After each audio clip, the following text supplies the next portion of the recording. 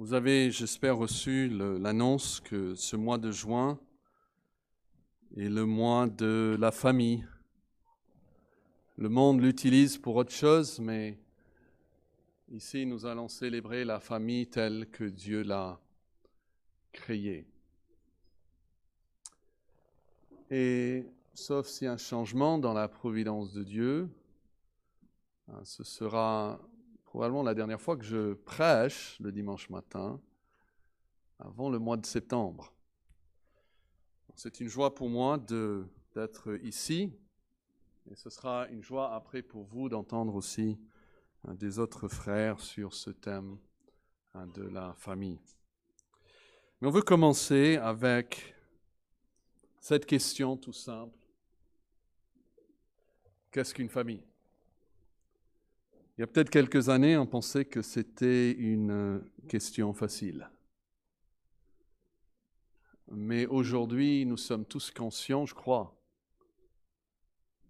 que pour beaucoup de personnes dans notre pays, c'est une question qui n'osent même pas, à laquelle ils n'osent même pas répondre. Qu'est-ce que c'est un homme? Qu'est-ce que c'est une femme? Qu'est-ce que c'est un mariage? Qu'est-ce que c'est une famille? J'ai tapé ça sur Internet. Qu'est-ce qu'une famille? Et voici ce que j'ai trouvé. Je crois que c'était la première réponse. Qu'est-ce qu'une vraie famille? Et puis c'était marqué meilleure réponse. Donc eux-mêmes, ils ont donné ça comme meilleure réponse. Une vraie famille, c'est simplement de l'amour.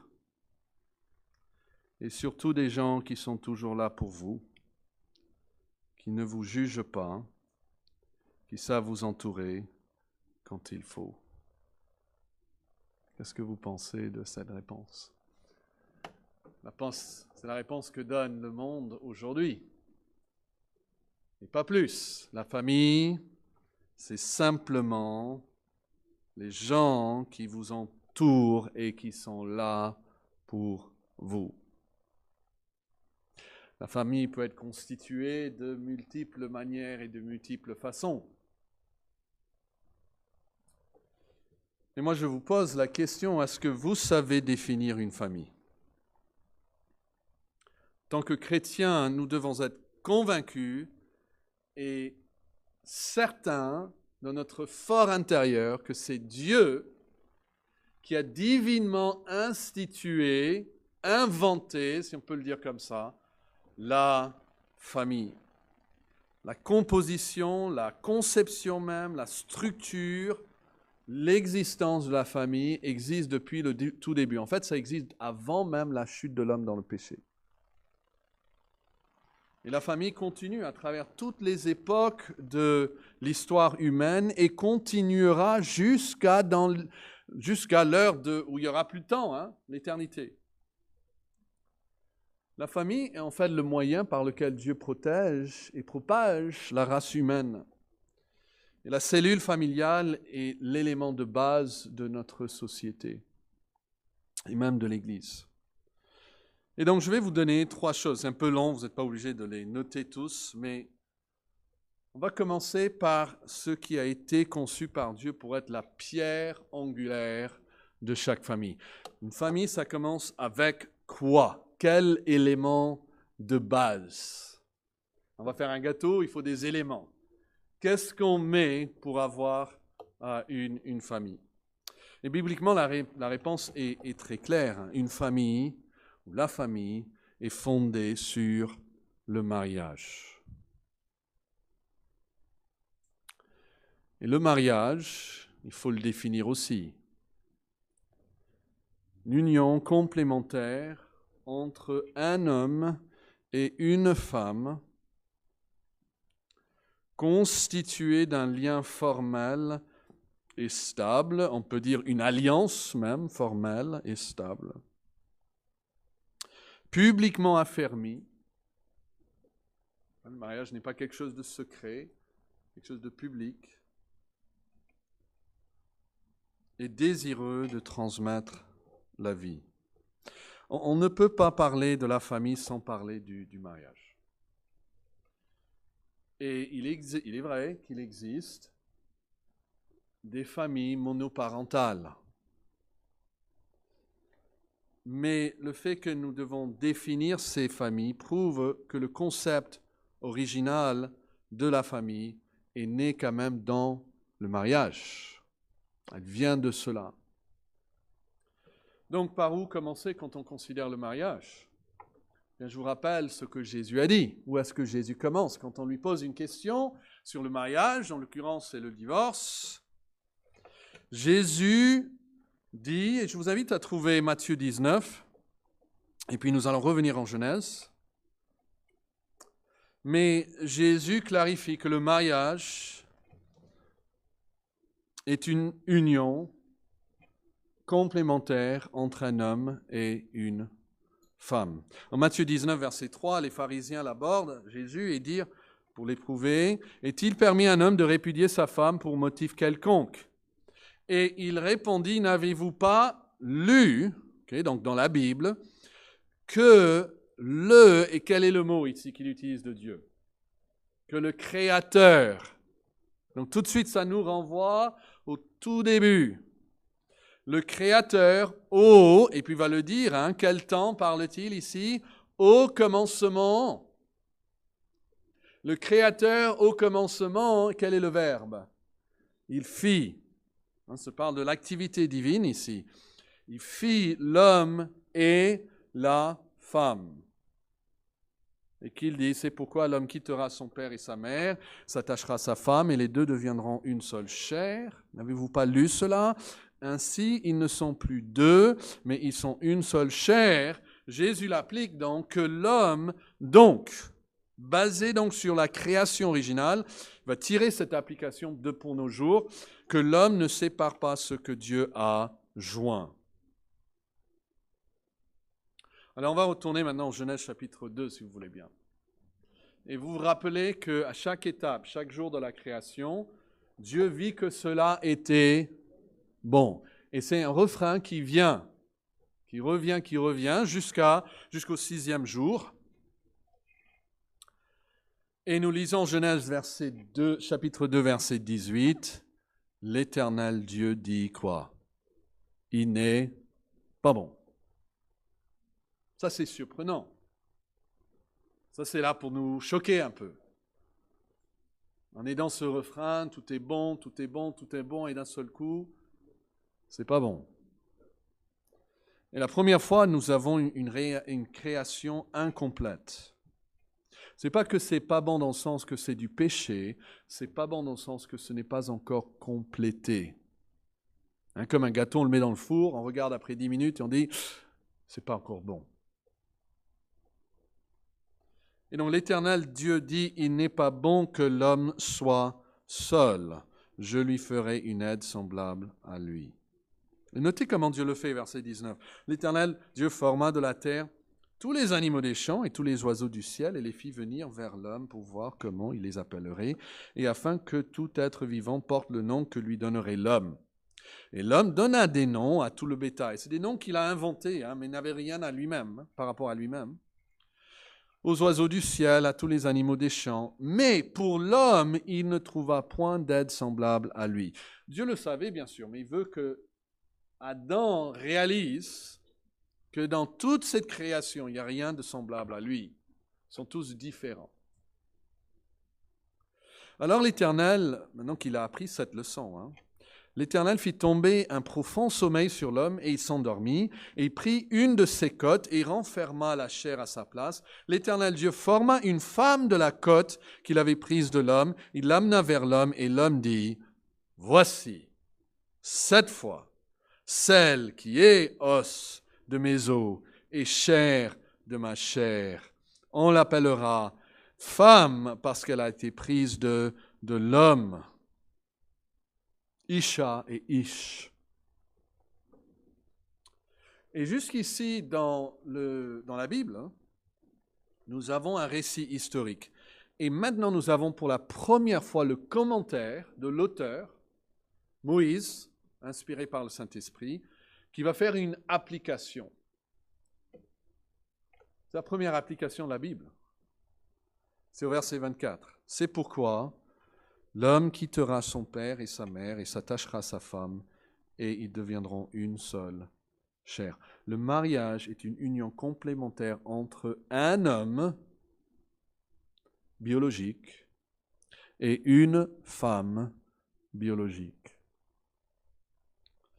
Il est important de noter le nombre de participants à ce mariage. Il y a combien?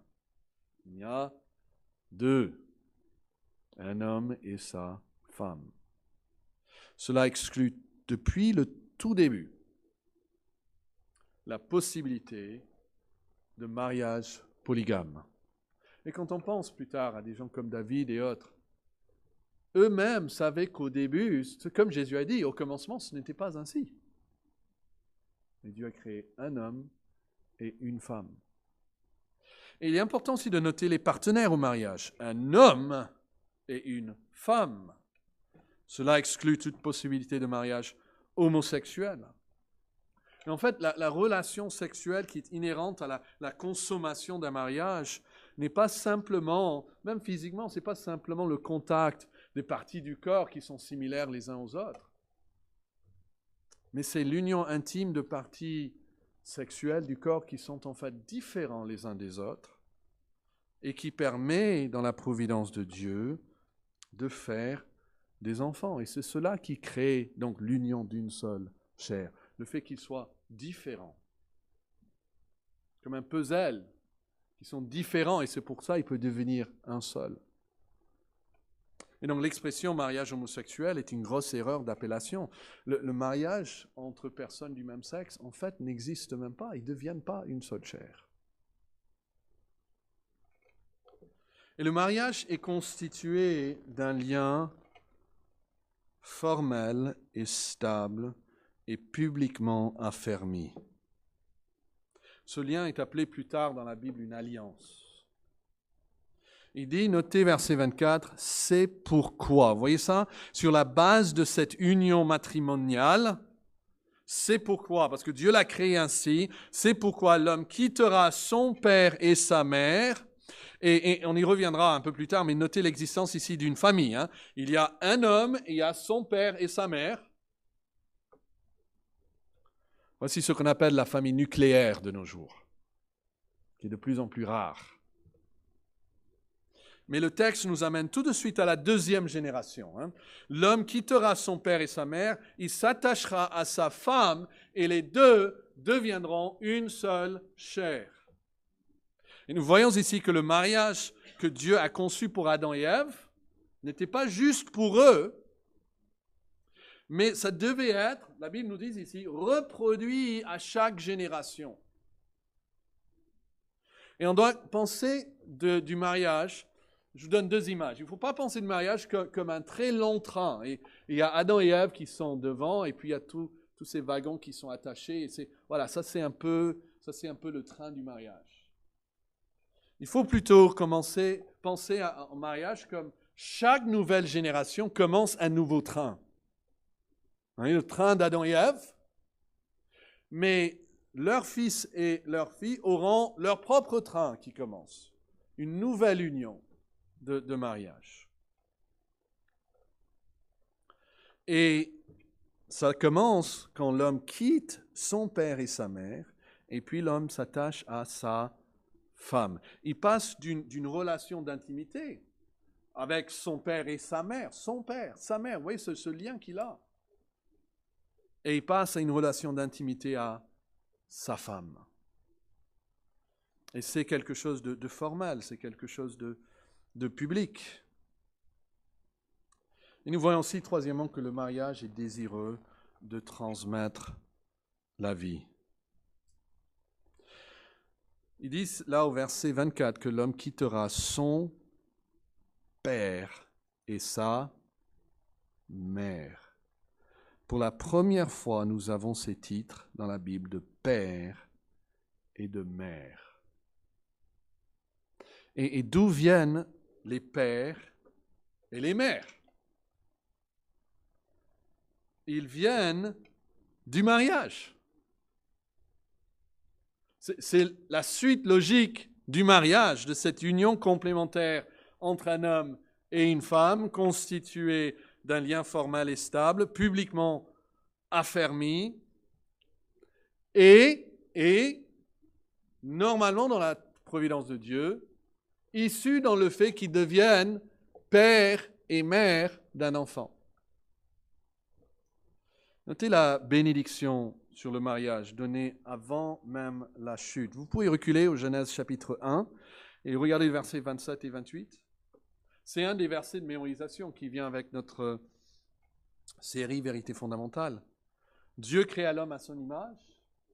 Il le créa à l'image de Dieu. Dieu créa l'homme et la femme. Dieu les quoi? Quel mot? Dieu les bénit. Et Dieu leur dit, soyez féconds, multipliez, remplissez la terre et assujettissez-la et dominez sur les poissons de la mer, sur les oiseaux du ciel et sur tout animal qui se meut sur la terre. C'est un commandement, hein? Soyez féconds, multipliez, remplissez la terre, mais c'est donné sous la forme d'une bénédiction. Dieu les bénit et leur dit. Ce n'est pas une difficulté ici, c'est une bénédiction d'avoir les enfants. Et c'est à travers les enfants qu'ils vont pouvoir assujettir et même dominer sur la création. Il y a des gens qui pensent, à cause du réchauffement climatique, etc., qu'il ne faut plus avoir d'enfants. Mais en fait, si on pensait bibliquement, on saurait que la réponse à ces questions viendront de nos enfants, pas dans le fait de ne pas avoir d'enfants. C'est un commandement, mais donné sous forme de bénédiction. Dieu ne donne pas le mariage à tous. Okay? On veut reconnaître cela.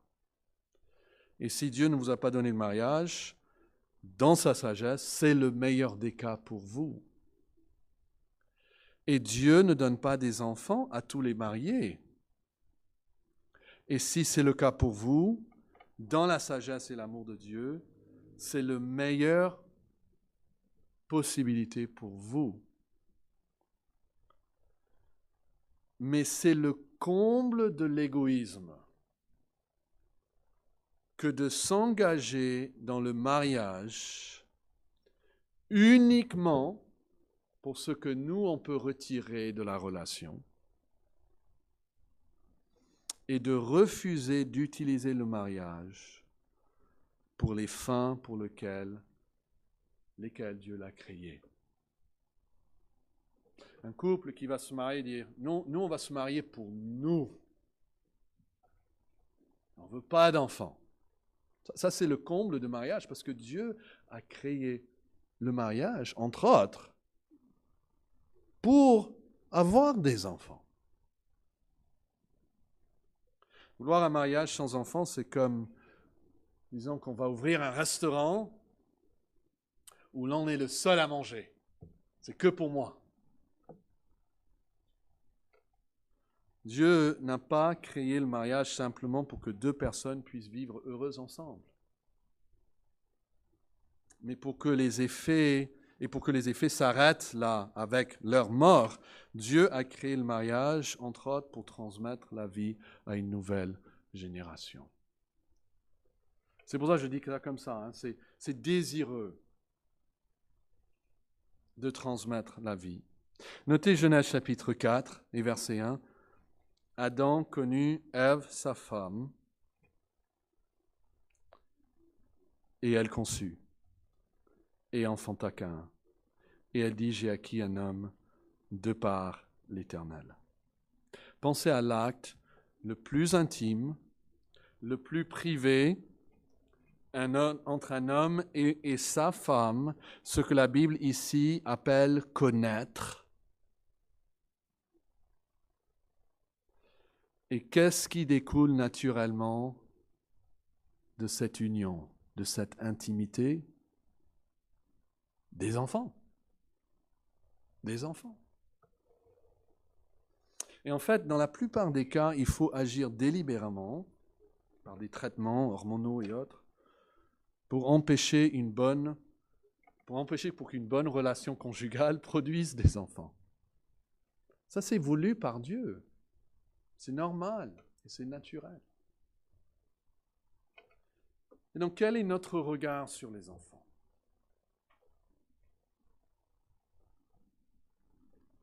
Le psaume 127, verset 3 dit « L'héritage que l'Éternel donne, ce sont des fils. Les enfants sont une récompense. » Et là encore, Dieu n'a pas donné à tous des enfants, et il leur donne d'autres récompenses. Il y a d'autres récompenses aussi que Dieu donne. Mais les enfants sont quand même une récompense de la part du Seigneur. Et quelqu'un dit, j'ai pas assez d'argent. Et juste ce matin, en venant, on écoutait un sermon et il disait quelque chose comme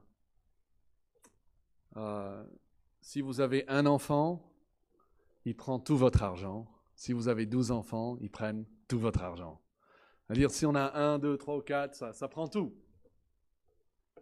Mais le fait est réel que Dieu pourvoit à nos besoins. Donc la famille commence avec le mariage. Mais deuxièmement, la famille est une société créée par Dieu. Quand? Eh bien, avant l'État. Avant l'État. On le voit en Genèse 2. Et avant n'importe quelle autre communauté, même l'Église. Et donc, la famille possède des droits propres et inviolables. Et ça, il s'agit d'une question capitale pour nos jours aujourd'hui. À qui appartiennent nos enfants?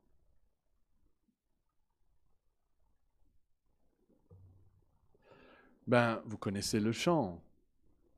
Aux enfants de la... Voilà, c'est ce que beaucoup pensent. Hein. Les enfants appartiennent à la patrie.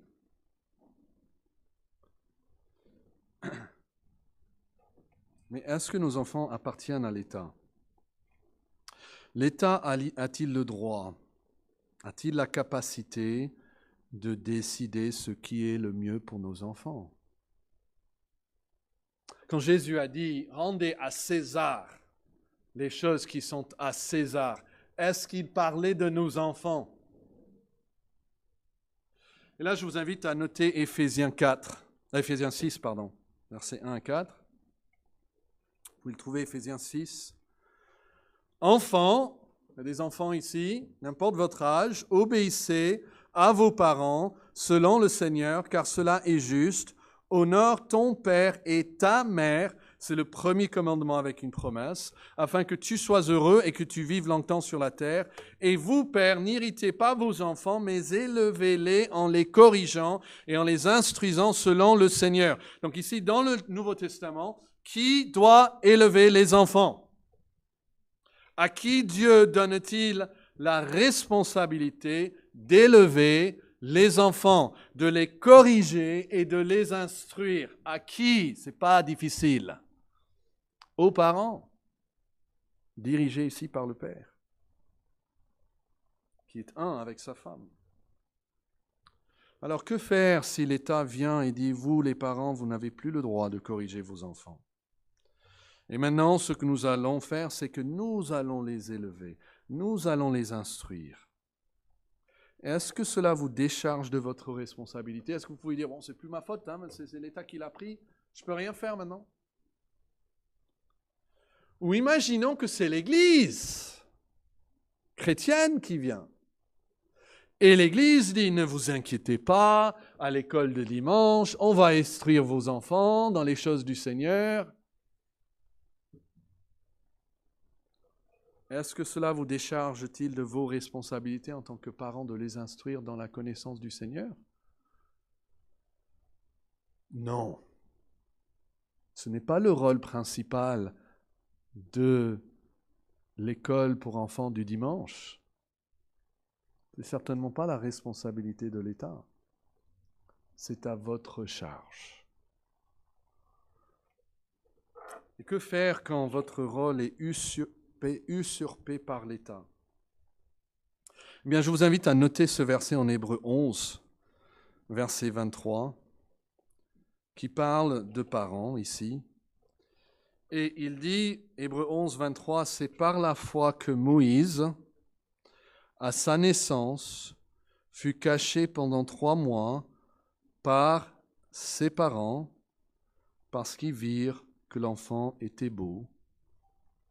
Et, notez cette phrase, ils ne craignirent pas l'ordre du roi. Nous avons un conflit ici. Dieu a établi des rois. Dieu a établi l'État. C'est une autorité réelle donnée par Dieu. Elle a son domaine d'autorité. Il y en a un conflit maintenant. L'État dit, il y a un décret présidentiel, il y a le préfet de la région, et il dit, vous ne pouvez plus avoir de garçons. Maintenant, c'est l'avortement sélectif. Si c'est une fille, elle peut vivre. Si c'est un garçon, il faut l'avorter.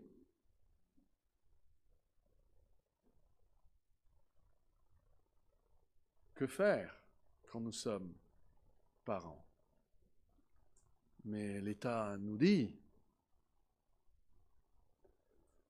eh bien, des enfants, des parents qui sont remplis de foi, quand ils savent que Dieu est l'autorité suprême et qu'ils agissent dans un domaine qui leur est propre, ils ne craignent même pas l'ordre du roi. Et il faudra de plus en plus de parents comme cela. Parfois, la foi se démontre en ne pas craignant l'ordre du roi concernant nos enfants. La famille ne peut pas non plus usurper le rôle de l'État, hein? Mais nous vivons dans un monde où la famille disparaît de plus en plus. Et ce qui prend sa place à chaque fois, c'est l'État. Je dis aux gens parfois, quand l'État va mal, les gens ne disent pas « il ne faut plus d'État ». On va abolir l'État, plus de gouvernement. Mais quand la famille va mal, là, on est tout de suite prêt à remplacer la famille. C'est vrai que la famille va mal. Mais la réponse n'est pas de remplacer la famille par l'État.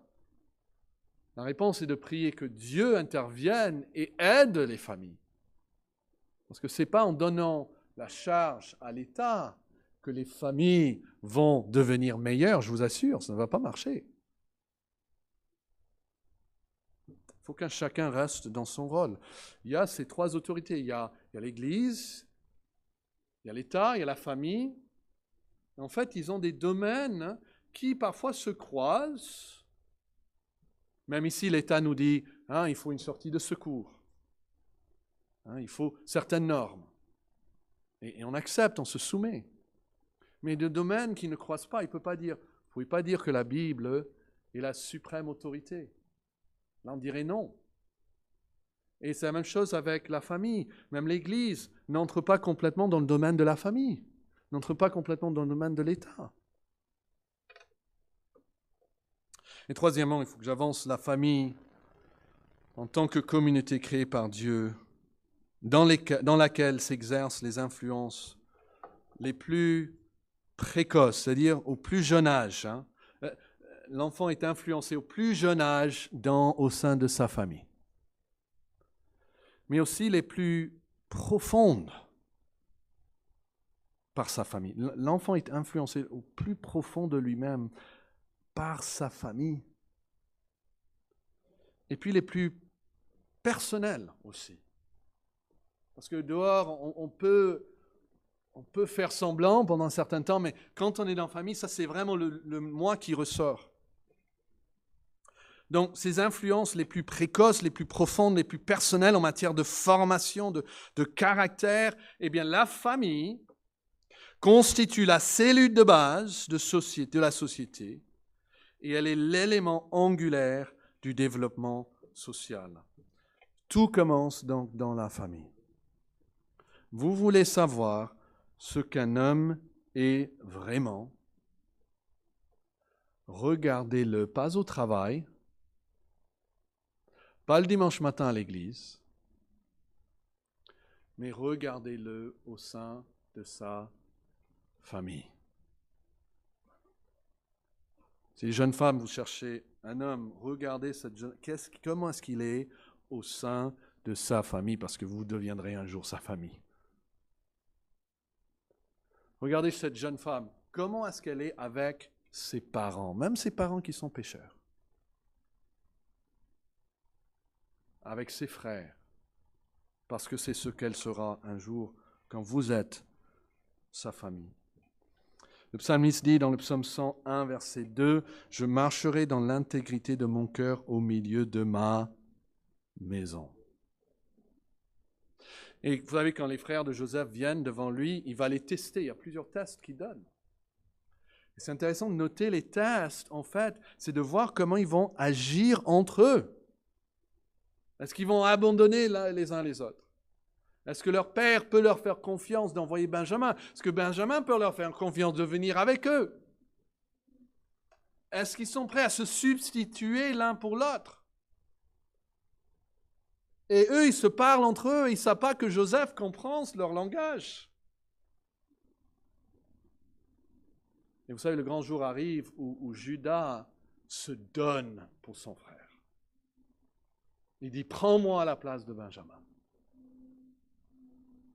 Et c'est là que Joseph craque. Il voit qu'ils ont vraiment changé. Parce qu'ils ont changé au sein de l'union familiale. Vraiment, il ne faut pas se leurrer, mes amis. Ce que nous sommes à la maison, c'est ce que nous sommes. Ce que je suis envers ma femme, c'est ce que je suis. Ce que je suis envers mon mari ou envers mes enfants, quand je me fâche, c'est ce que je suis. On dit, oh, je suis fatigué. Mais la fatigue fait ressortir, en fait, ce que nous sommes. Pourquoi on ne devient pas plus gentil quand on est fatigué? Pendant des siècles, la vie, en fait, tournait autour de la famille. Même la vie économique était famille-centrique. Le père, il enseignait à ses enfants, etc. Mais aujourd'hui, on peut appeler notre société une société post-familiale. Il y a des gens, des chercheurs, j'entends ça même à la radio, qui se demandent même si la famille a une place pour nous aujourd'hui dans notre société. Au moins la famille telle que le christianisme l'a définie. Il veut briser les liens de la famille nucléaire. L'enfant est toujours dans les couches quand il débarque dans le monde de la crèche, suivi de l'école, arrivé à l'âge de 10 ou 11 ans, avec son temps partagé entre ses amis, son smartphone, l'école, ses jeux vidéo, l'Internet. La famille devient qu'une faible voix parmi, en fait, beaucoup. Et nous avons des enfants à très jeune âge, ils sont influencés par plein de choses et de moins en moins par la famille. Une fois, quelqu'un, nous étions à Goussainville, disait, mais pourquoi vous protégez vos enfants? Et ma femme a répondu, on ne les protège pas, on les prépare. Une plante, quand elle est petite, on ne la met pas directement dehors, sous le soleil, la pluie et la neige, on la met dans une serre. Pourquoi? Pour qu'elle devienne encore plus forte. Et les enfants, à ce bas âge, ils ont besoin d'être protégés pour qu'ils deviennent plus forts en tant qu'adultes. Je me rappelle quand on a scolarisé Miché à la maison, on nous a demandé à maintes reprises, mais qu'en est-il de sa socialisation? Parce qu'il ne va plus voir de camarades. Mais où est le berceau de la socialisation selon la Bible? C'est la famille. La logique aujourd'hui, c'est qu'on prend un enfant de ses parents pendant 12 à 15 heures par jour. Et ça, on se soucie guère. Il n'est pas avec ses enfants depuis 7 heures du matin, 7 heures du soir, c'est pas grave. Mais le privé de 25 autres enfants de son propre âge, comment est-ce qu'il va survivre? Qui a eu l'idée que pour socialiser un enfant de 3 ans, il faut le mettre 5 jours par semaine avec 25 autres enfants de 3 ans?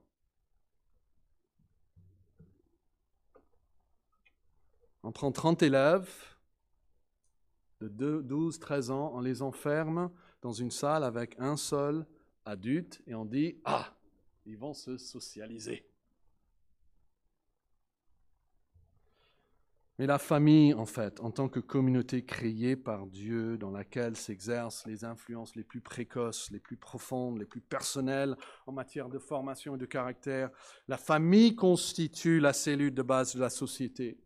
Encore aujourd'hui, quoi que l'on veuille. Et la famille est l'élément angulaire du développement social.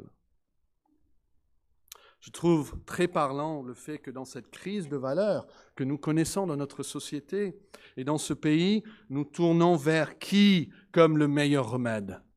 Qui est la solution? À chaque fois, c'est l'éducation nationale. J'ai entendu même notre président, il est allé en Israël, il a dit « Je suis convaincu que la solution pour la paix, et il a utilisé ce mot, c'est l'éducation. » L'école a pour rôle d'instruire, pas d'éduquer. C'est la famille qui doit éduquer. Mais malheureusement, la famille a moins en moins de place dans notre société. D'ailleurs, on ne sait même plus ce qu'est une famille. 2 pères, 2 mères, une mère ou un beau-père, sauf le week-end où c'est un père et sa copine. Enfin, les enfants sont vraiment chamboulés, confus. C'est l'époque du réseau social, mais pas du réseau familial.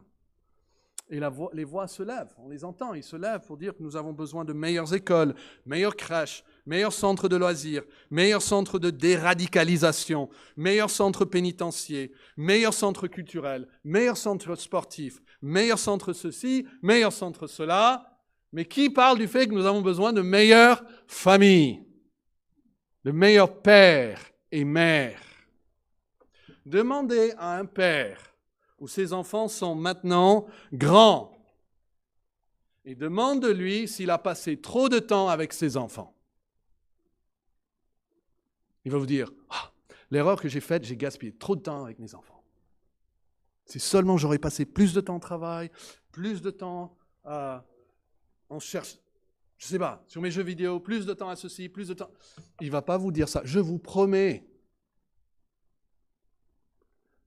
Les pères qui sont dans cette situation, s'ils regrettent une chose, c'est qu'ils n'ont pas passé plus de temps avec leurs enfants. Et ça passe vite. Et nous avons ce rôle avec nos enfants. Et maintenant, il faut travailler de plus en plus, en fait, à contrecarrer les influences qui viennent de l'école et des copains et des réseaux. Nous devons être insistants. Et ça ne veut pas dire que le temps de famille prend le temps de l'église. Attention, hein.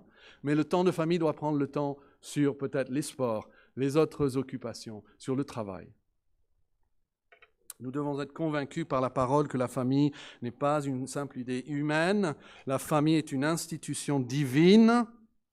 La famille est née dans la pensée de Dieu.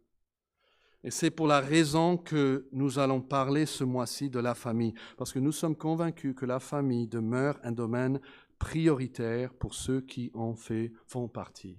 Et même si vous n'êtes pas dans une famille, c'est important pour vous, parce que tout ce que la Bible dit, le dit à tout le monde. Et vous pouvez prier pour la famille. Et donc dans cette famille, il y a un domaine prioritaire pour la famille. C'est de transmettre une connaissance de Dieu à la génération suivante et de les guider dans la voie d'un disciple. Dieu a choisi Abraham afin qu'il ordonne à ses fils et à sa maison après lui de garder la voie de l'Éternel. C'est frappant. C'est son rôle. C'est votre rôle, les parents. Et nous ouvrons les proverbes. Et quel est le rôle central du papa en proverbe? Est-ce que c'est de gagner de l'argent pour la famille? Non. Le rôle central du père en proverbe, c'est de transmettre la sagesse de Dieu à ses enfants. Il dit fois après fois, écoute mon fils les paroles de ton père. Écoute mon fils, incline ton oreille à mes discours. Rends ton oreille attentive à mes paroles. De façon négative, Jérémie identifie la famille comme la source d'une adoration fausse et idolâtre. Il dit, ne vois-tu pas ce qu'ils font dans les villes de Juda et dans les rues de Jérusalem? Notez cette activité familiale. Les enfants ramassent du bois, les pères allument le feu, les femmes préfèrent la pâte pour faire des gâteaux dédiés à la Reine du Ciel. C'est-à-dire, ils vont idolâtrer ensemble. Et souvent, nous regardons les familles de nos jours et nous voyons qu'elles partagent les mêmes idoles. Si les parents ont comme idole le plaisir, souvent les enfants participent à leur idolâtrie. On ne veut pas de différence. Le papa le fait, on le fait aussi. S'ils adorent, enfin, mettez ce que vous voulez, hein, le sport, les enfants vont participer à cette idolâtrie. En effet, le premier péché était un péché familial, où les rôles que Dieu a donnés ont été inversés. Hein. Adam et Ève ont changé de rôle. Et au lieu d'Adam qui protège Ève, il y a Ève qui induit Adam vers le péché. C'est un péché familial. Et puis le premier meurtre était une fratricide. Et que Dieu dit à Ève, qu'est-ce que Dieu dit à Ève en Genèse 3,16? Il dit à la femme, j'augmenterai sa souffrance de tes grossesses, tu enfanteras avec douleur et tes désirs se porteront vers ton mari, mais il dominera sur toi. Dieu touche au centre de sa vie. Ses rôles de mère, de femme, c'est le centre de sa vie, de son identité qui est affecté. Le péché touche d'abord la famille. Alors, juste pour clore, il y a des familles de toutes sortes dans la Bible. Hein. Il y a des familles monoparentales, comme Lydie à Philippe, comme la famille de Timothée, comme la veuve de Sarepta, qui a hébergé le prophète Élie. Il y a des familles recomposées, comme Ruth, qui revient et remariée. Il y a des familles qu'on pourrait appeler surcomposées. Il y avait trop. Jacob vivait avec 4 femmes, imaginez. Abraham lui-même a pris d'autres femmes. David, tant d'autres ont pris d'autres femmes. En fait, quand vous lisez la Bible, vous trouvez peu de familles idéales. Même Adam et Ève ont vécu avec une famille déchirée par le meurtre. Un fils qui en a tué un autre. Et sachez que Dieu peut travailler dans de telles familles. Et s'il peut travailler dans de telles familles, il peut aussi travailler dans votre famille. Donc cette série n'est pas donc pour les familles idéales, mais pour des familles décomposées, recomposées, surcomposées, déchirées par le péché, mais qui croient toujours dans la grâce de Dieu et qui savent que Dieu peut cultiver des fleurs même dans les ruines d'une famille dévastée. Alors que Dieu nous aide à former des familles en Christ dans un monde en crise. Prions. Dieu, nous te louons de ce que ta parole est suffisante pour nous éclairer sur ces sujets tellement importants. Et que tu nous donnes à chacun une vision biblique de la famille. Et que tu protèges nos familles. Que Satan veut tout faire pour ruiner et détruire. Ô Dieu, protège nos familles pour que nous puissions être des lieux sûrs et protégés pour élever nos enfants dans la crainte et la connaissance de l'Éternel. C'est au nom de Christ que nous prions. Amen.